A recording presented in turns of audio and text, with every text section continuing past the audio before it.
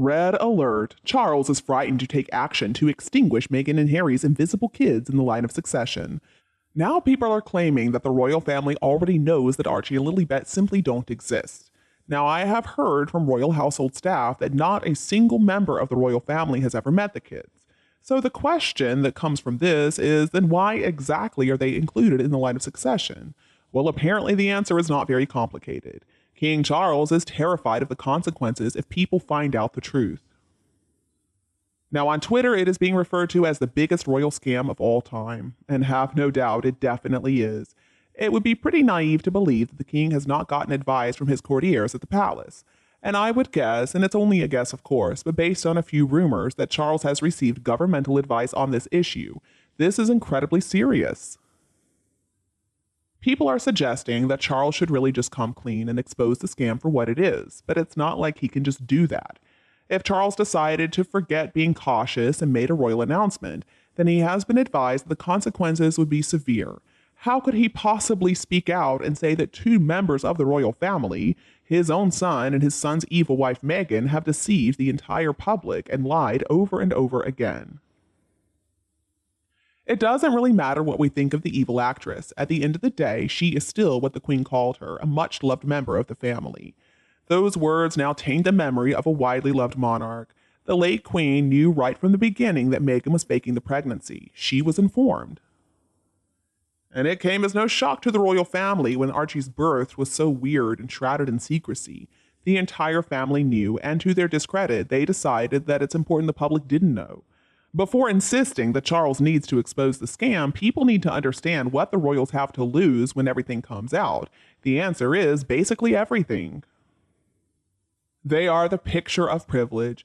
Now, a CEO is always having to justify each and every decision to their shareholders.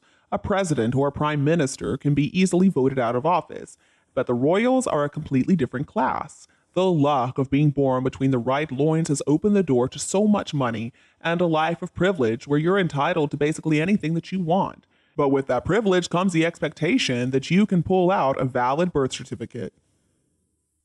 So I would guess that Charles is probably not sleeping very well these days. The whole Meghan problem is a big worry for him. He simply doesn't know what to do. And he has to believe, because he's not really doing anything, that leaving the two invisible children in the line of succession is by far the best choice. Because see, if they took them off tomorrow, then he would have to explain why. Charles is not somebody who deals very well with confrontation. He wants to have an easy, pleasant life. So I guess he just wants everybody to leave him alone. He's not going to risk hurting the royal family or bringing down the monarchy forever. Let's remember, he has waited his entire life for the top job, and he would not want his legacy to be read to school kids in 50 years' time as, oh, King Charles III was the person who finally brought an end to royalty. Now, actually, I do like Charles, but I also feel really bad for him when it comes to watching him stumbling along in the position that he has inherited. Never did he think that an actress would be welcomed into the family and could cause such incredible destruction.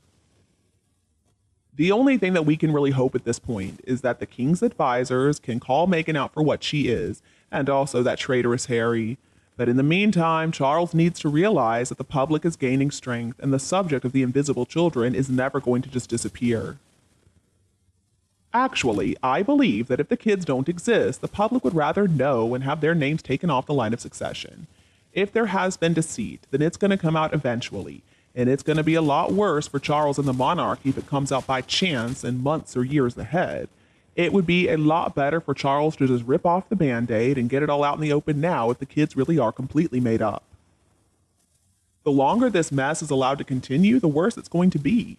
Now, soon enough, the kids should be starting school. I suspect if they're homeschooled, then they're either non-existent or maybe they came from a surrogate. Proof that they do exist is by them being taken to school by both parents, where we can clearly see their faces, and they need to be holding hands with them too. It does seem like Meghan holds a lot of power, right? Because she knows that Charles is never going to admit that they knew there were no kids from the very beginning. It does seem like he is still choosing Harry and Meghan over his country. The question I have, though, is that if Charles cannot handle confrontation, then why in the world did he accept the job as king? That should have gone to William. I think that he's a lot stronger in character than Charles is. And I suspect the longer this mess goes on, the worse things are going to be. Now, come on, paying child support to non existent kids for the next 17 years or something? This makes Charles seem incredibly weak. And also, it would explain the two of them messing up announcing Meghan was in labor when later on they said Archie was already born. It was time for American breakfast TV shows, which is hours behind the UK. They never can get their story straight. Meghan and Harry just cannot keep their lies straight. Meghan made a very short visit to see her mother, supposedly. Now, who really knows why she went? It was essentially just for an overnight stay. A long way to go for that, huh?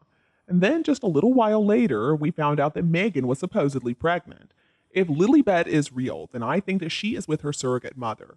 Commercial surrogacy in the UK and other parts of the world and Europe is simply not allowed. That is something, though, that people in the US don't seem to be able to understand. Unfortunately, I think there are many of us now who do not feel the same way as we did before Meghan weaseled her way into the royal family. She has definitely made everybody wonder what is actually going on behind palace walls. And Harry is just her follower. He is so easily manipulated. She uses him like a puppet. Maybe she's threatened him by saying that she's going to use his drug abuse against him in court and he'll never get to see the invisible kids. Meghan has made plenty of mistakes, but I haven't actually read about any serious drug or alcohol abuse where she's concerned. Most of the people commenting on these issues are not doctors, and it's not like we can legally diagnose any problems that Meghan probably has. She could be just a self-centered, selfish individual who's going to take advantage of anybody for money and fame. She's not alone in that, of course. We have seen plenty of other people who behave the same way. For some people, it seems like that really is who they are. Now, Meghan would have reasonable grounds to request custody of the kids in court because most people would agree that living with somebody who is addicted to drugs or alcohol creates so many problems in the home and the children would be at risk. Meghan can also take her mother to court. She's a credentialed social worker with a license, somehow. And her mother is their drug dealer, I am sure of that. She has served time in prison. That is why Meghan's father had to take responsibility for raising her. Now, when the parents got divorced, he bought her a business to provide for Meghan, because I guess when the two were still married, she had been working as a stay-at-home mother. Now, Samantha, Meghan's half-sister, has come out and said that the only thing Doria really did was smoke weed when Thomas was working. And then, soon enough, she started committing fraud. She was involved in all these tax scams and money laundering. And she tried to blame Thomas, but he could prove that he was innocent. And that only made her sentence longer. Doria is certainly no paragon of virtue. And I've asked some friends of mine how in the world she was awarded a license in California if she had a history like that. Some people said maybe these are only rumors, and other people said that Samantha mentioned smoking pot only, which is actually not considered to be such a terrible crime in California.